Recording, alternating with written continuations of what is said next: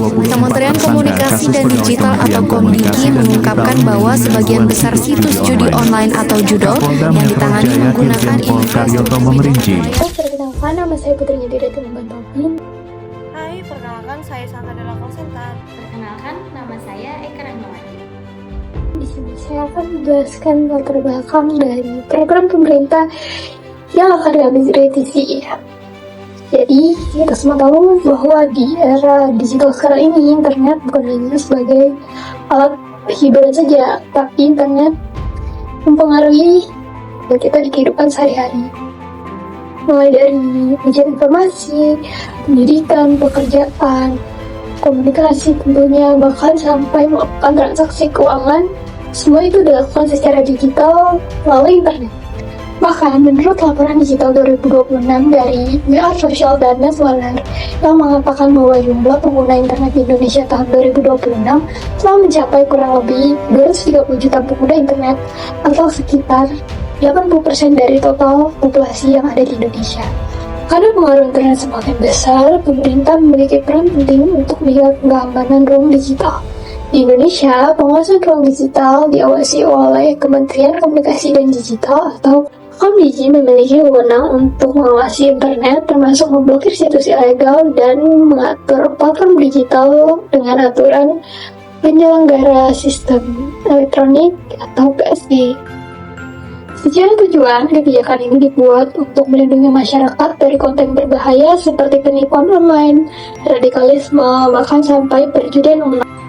Namun, di tengah upaya tersebut, muncul fenomena yang mulai dipertanyakan oleh masyarakat. Di satu sisi, pemerintah telah cepat dalam menghapus platform digital karena masalah administrasi dan regulasi.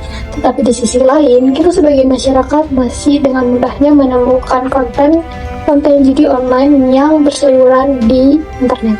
Padahal berdasarkan data resmi pemerintah yang diberitakan oleh Antara News di tahun 2025, Komdigi telah memblokir lebih dari 5,7 juta konten perjudian online sejak tahun 2017.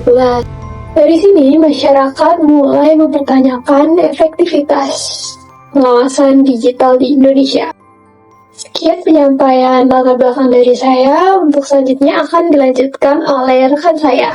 Jadi, menurut kami, bukan karena pemerintah tidak melakukan apa-apa, tapi karena penanganannya yang masih sangat reaktif. Kita dapat melihat pengembangan dari situs-situs judi online berkembang dengan sangat pesat. Kita juga dapat melihat banyaknya pemblokiran yang dilakukan oleh pemerintah, tetapi tidak menutup kemungkinan mereka melakukan dengan menggunakan situs-situs ilegal atau dengan web-web ilegal yang disebarkan melalui media sosial. Kita dapat melihat seperti X, Telegram, WhatsApp, Instagram, bahkan Facebook.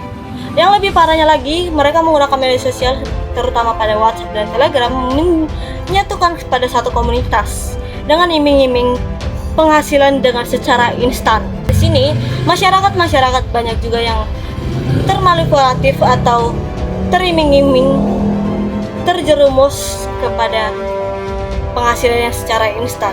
Jadi, walaupun adanya pemblokiran satu persatu, itu tidak memungkinkan menghilangnya situs-situs judi online ini.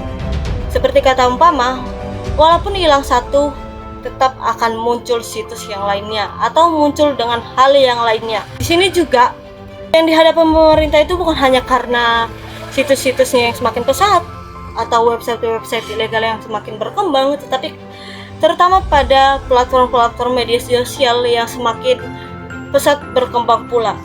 Jadi ancamannya ini jelas-jelas merugikan pada masyarakat kita. Masih terus menyebar, bahkan sangat-sangat menyebar di lingkungan seluruh Indonesia, bahkan sampai ke pelosok-pelosok. Yang dimana juga kita mendengar banyaknya kasus-kasus seperti oknum-oknum dari Kominfo atau dari Komdigi yang melindungi situs-situs judi online yang bahkan kita tahu ini sangat-sangat merugikan masyarakat. Kasus ini juga memungkinkan masalah-masalah bukan dari teknologi, tetapi juga karena pengawasan dan integrasi di dalam sistem itu sendiri yang masih kurang. Kalau dari pengawasan integrasi aja masih lemah, maka pemblokiran sebesar apapun pasti bakal sulit. Karena gimana pun pemerintah juga masih terkait dengan apa sih dari situs-situs judi online ini yang berkembang dengan sangat pesat ini, karena gimana pun kan mereka tetap bayar pajak ya. Tapi permintaan kami kepada pemerintah ini untuk berhenti melakukan itu, karena tidak akan menguntungkan, malah merugikan masyarakat, bahkan tidak melindungi masyarakat kita sendiri. Menurut kami, solusi untuk masalah ini nggak cuma bisa mengandalkan pemblokiran website. Karena selama akar masalahnya belum diselesaikan, judi online akan terus muncul dengan cara baru. Yaitu, yang pertama, sistem pemblokiran perlu direformasi. Karena jangan cuma fokus pada administrasi atau status PSE-nya, tapi juga melihat dari dampak bahaya yang akan ditimbulkan sebuah platform terhadap masyarakatnya. Kalau sebuah platform terbukti menyebarkan perjudian, penipuan, atau eksploitasi digital, maka itu harus menjadi prioritas utama untuk ditindak. Yang kedua, pengawasan internal di Komdigi juga harus diperkuat. Harus ada audit independen, transparan, dan pengawasan yang lebih ketat supaya tidak ada penyalahgunaan wewenang. Ketiga, pemerintah perlu fokus memutus aliran transaksi keuangan judi online. Karena website bisa dibuat ulang. Tapi kalau akses internetnya dan rekeningnya diputus, operasional mereka akan jauh lebih sulit berjalan.